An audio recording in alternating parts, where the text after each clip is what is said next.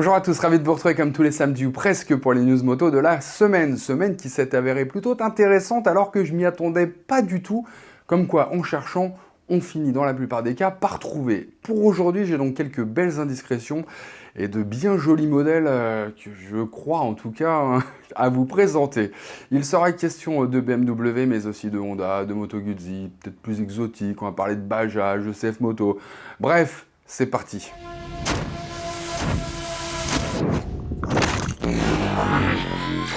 Et on va commencer par CF Moto. Tiens, vous avez peut-être déjà entendu parler des 500 SR et autres 675 SR. Ce sont deux concepts sportifs conçus donc par ce constructeur chinois qui devrait probablement ne plus tarder à être présenté officiellement et qui pourrait être plutôt performante. Il faut dire que dans le cas de la 675, on parle d'un moteur 3 cylindres en ligne dépassant les 100 chevaux, bien au-delà peut-être, qui n'est pas en plus sans rappeler celui de la Daytona par exemple.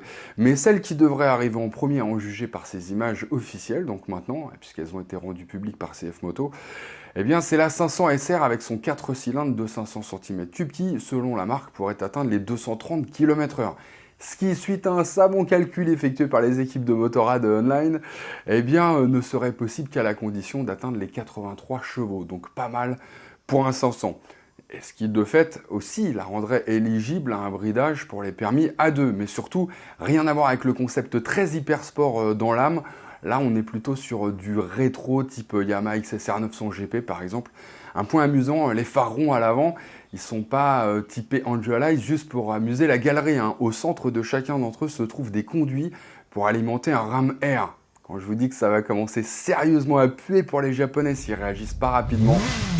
Une preuve supplémentaire s'il en fallait, la moto indienne qui va tourner au gaz naturel, au méthane, on en a déjà parlé, elle a encore été aperçue et le moins qu'on puisse dire, c'est qu'elle roule plutôt pas mal. Manifestement, le gars sur cette mule n'avait pas spécialement envie qu'elle soit filmée et le caméraman semble avoir eu un petit peu de mal à suivre.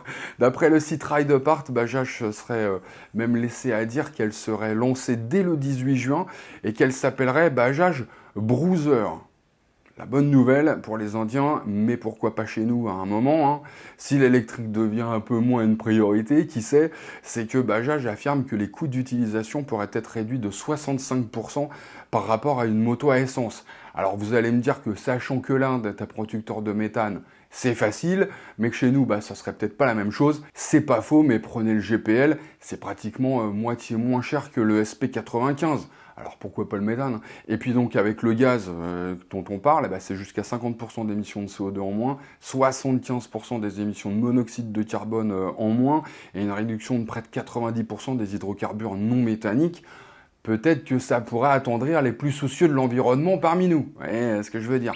Non, t'as raison, il y a des chances qu'ils préfèrent qu'on arrache des milliers de tonnes de roches et des millions de tonnes d'eau pour extraire du lithium. T'as pas tort. On passe à la suite. Et la suite, ce sont deux motos repérées par Motorrad, un super motard et une enduro. Et non, malgré les apparences, notamment parce qu'il y a un logo KTM sur le moteur, ce ne sont probablement pas les futurs 690 SMCR et enduro. Ils n'auraient pas pompé les phares des CF Moto.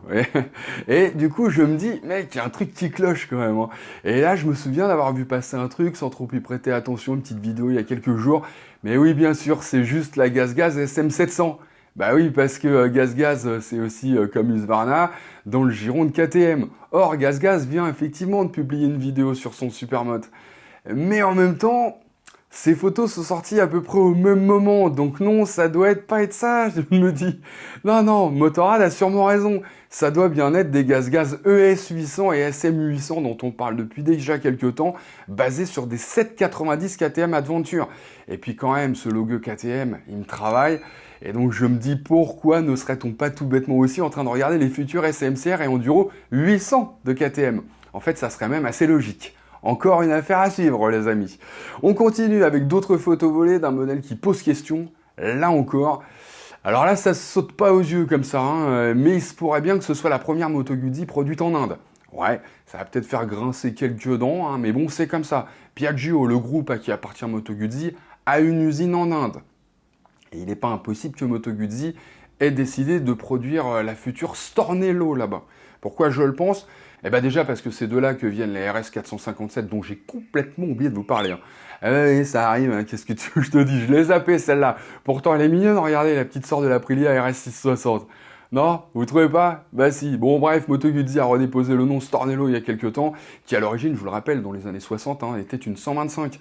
Autant dire que si Guzzi voulait refaire de la petite cylindrée, partir d'une RS 457 et lui redonner un look plus vintage, eh ben ce serait pas totalement idiot. Or si on regarde bien les photos, bah alors on voit bien que si le cadre en acier tubulaire n'a rien à voir avec le cadre de alu de l'Aprilia, idem au niveau du bras oscillant, puisque sur le proto l'amortisseur est pas centré, mais bien sur le côté droit.